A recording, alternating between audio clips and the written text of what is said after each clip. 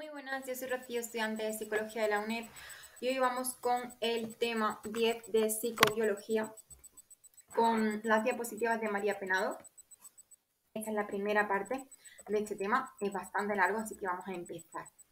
Como es la segunda vez que voy a grabar este vídeo porque se me ha cortado por la mitad, pues mejor para mí porque me lo leo una segunda vez. Y bueno, por eso está subrayado, ¿vale? La comunicación entre neuronas recibe el nombre de sinapsis. Esta sinapsis puede ser de dos tipos, ¿vale? Según el tipo de señales que utilicen.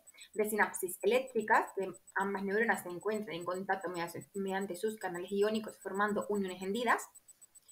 Y nos dice que los cambios en una neurona producen cambios en casi otra de inmediato, permitiendo un flujo bidireccional de información.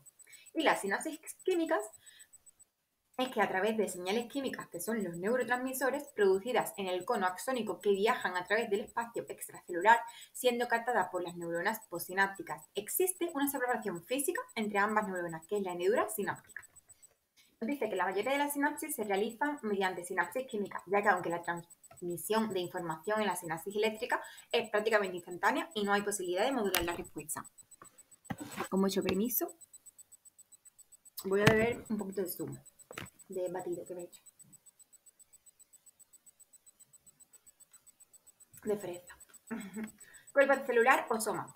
Centro metabólico, donde se fabrican las moléculas. Está compuesto por el citoplasma, donde se localizan distintos orgánulos, donde está el aparato de Golgi, los lisosomas, las mitocondrias, el retículo endoplasmático rugoso, etc.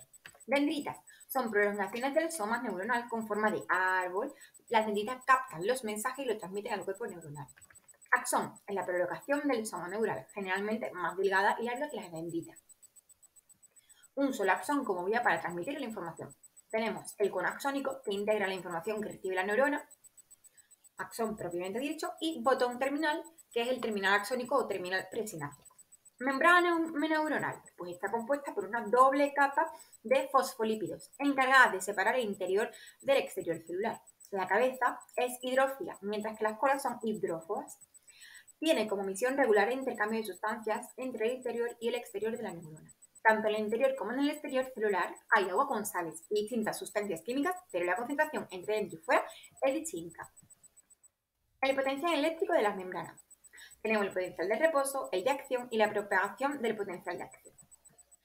La bicapa lipídica mantiene aisladas las neuronas del exterior celular, existiendo una diferencia de potencial eléctrico entre el interior y el exterior, debido a la acumulación de distintas moléculas en el interior y el exterior. Molécula con carga eléctrica, ion. Una carga eléctrica positiva sería catión y una carga eléctrica negativa sería el anión. La diferencia de cargas existentes entre el interior y el exterior de la membrana recibe el nombre de potencial de membrana. Si no hay diferencia entre el interior y el exterior, será O0 voltaje de membrana, potencial de membrana, existiendo distintos valores según el estado en el que se encuentra la neurona. Los cambios en el potencial de la membrana estarán originados dependiendo de la concentración de carga eléctrica a ambos lados de la membrana. La distribución de iones en el exterior y en el interior dependerá de dos tipos de fuerza. Una de carácter químico, que es la fuerza de difusión, y otra de carácter eléctrico, que es la presión electrostática. La fuerza de difusión hace que las partículas se muevan desde la región de mayor concentración hacia las zonas de menor concentración. Y la presión electrostática hace que las partículas con la misma carga se repelan y exista atracción entre partículas de carga distinta. El movimiento conjunto de ambas fuerzas se denomina gradiente electroquímico. Al mismo tiempo, la membrana presenta distinta permeabilidad, según los iones considerados, haciendo que estos pasen a través de la membrana por los canales iónicos. La membrana es hidrofóbica, por lo que no permite el paso del agua y otras moléculas hidrosolubles, teniendo que existir canales de paso para dichas sustancias, canales iónicos. Y la membrana presenta igualmente bombas iónicas, capaces de transportar moléculas a ambos lados de su membrana, en contra del gradiente de concentración. El potencial de membrana variará dependiendo de los movimientos de los iones a través de ella, pudiendo tomar los siguientes valores. Potencial de reposo. El potencial de membrana de la neurona cuando se encuentra inactiva. Y el potencial de acción o impulso nervioso, la señal eléctrica, cuando la neurona está activa. Esto confiere a las neuronas una capacidad de excitabilidad que les permite responder mediante este tipo de señales. Nos vamos al primero. Potencial de reposo. En reposo, la neurona presenta una diferencia de potencial en su membrana 60-70. existiendo un exceso de carga negativa en el interior y un exceso de carga positiva en el exterior. Y bueno, pues tenemos las diferencias en las concentraciones de iones. Exterior, nos tenemos que quedar con que el exterior es el sodio y cloro, y el interior potasio y moléculas proteicas orgánicas. El gradiente electroquímico hace por un lado la fuerza eléctrica y la fuerza de difusión por otro lado. Bueno, pues seguimos hablando de lo mismo. Las bombas iónicas para el mantenimiento de las diferencias en las concentraciones de iones entre ambos lados de la membrana nos dicen que en estado de reposo existe un cruce de iones hacia el interior de la neurona, que tienen que ser compensados por la salida para restablecer el equilibrio. Seguimos hablando de lo mismo. Vale, la bomba de potasio, la leéis y nos vamos al potencial de acción. La llegada de información a la neurona produce cambios en el potencial de reposo, que pueden ocasionar hiperpolarización, que es un aumento de la carga negativa, y despolarización, que es una disminución de la carga negativa. La hiperpolarización hace que la neurona se encuentre todavía más inactiva, mientras que la despolarización, si es lo suficiente intensa, ocasiona un potencial de acción en el cono axónico. ¿Cómo se produce ese potencial de acción? Pues es necesario un cambio en la diferencia de potencial aproximadamente de 15. Umbral de excitación o potencia umbral. Ley de todo o nada. Ese es el potencial de acción que se produce si la despolarización es suficiente. Y cuando se produce siempre se conserva el mismo valor sin disminuir. Las fases del potencial de acción son la fase de despolarización o fase ascendente y la fase de repolarización o fase descendiente. ¿Cómo se produce ese cambio de polarización de la membrana? Pues gracias a cambios en la permeabilidad. Luego, ¿qué nos queda? Conductancias iónicas durante el potencial de acción. La conductancia representada por la letra G es empleada para describir el flujo de iones a través de la membrana. Durante el potencial de acción se producen cambios en la conductancia de los iones Na y K. En la fase de despolarización aumenta la conductancia de iones en Na, disminuyendo rápidamente durante la fase descendente. Y la propagación del potencial de acción, que consiste en la conducción de señales eléctricas desde el cono axónico, donde se originan hasta los botones terminales, y esa conducción es la misma es la misma tanto en el cono como en la terminal axónica, produciéndose sin sufrir modificaciones. La ley del todo o nada.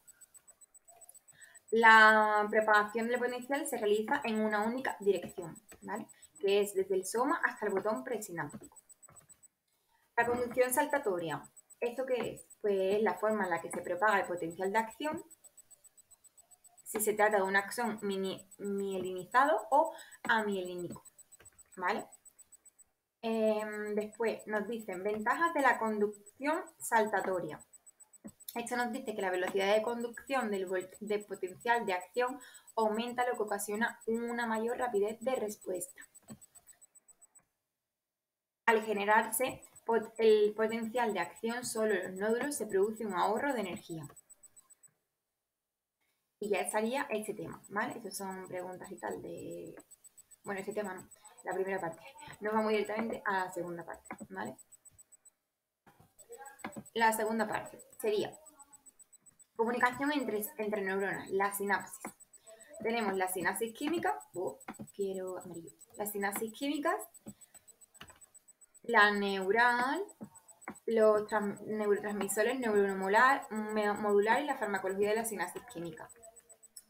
En las sinapsis químicas la comunicación se realiza por liberación de un neurotransmisor desde los botones presinápticos que viaja por la hendidura sináptica y bueno, pues son captados por proteínas específicas, ¿vale? Las sinapsis químicas. El proceso de sinapsis química se realiza siguiendo una serie de pasos, que son la síntesis y almacenamiento, la liberación del neurotransmisor y la interacción del neurotransmisor con sus receptores de la membrana presináptica. También tenemos la inactivación del neurotransmisor, que puede ser realizada por inactivación enzimática. Y bueno, pues nos vamos directamente a las clases de sinapsis químicas. Esto es según las zonas de las neuronas que transmiten y reciben información. Por eso tenemos las sinapsis axodendríticas, que está entre el axón de una neurona y las dendritas de otra. Las sinapsis axosomáticas, que está entre el axón y la neurona del cuerpo de otra. las dendrodendríticas, que están entre las dendritas de una neurona y las dendritas de otra. Eso parece un trabalengua. Y las sinapsis axoaxónicas, que son contactos entre botones terminales de distintas neuronas.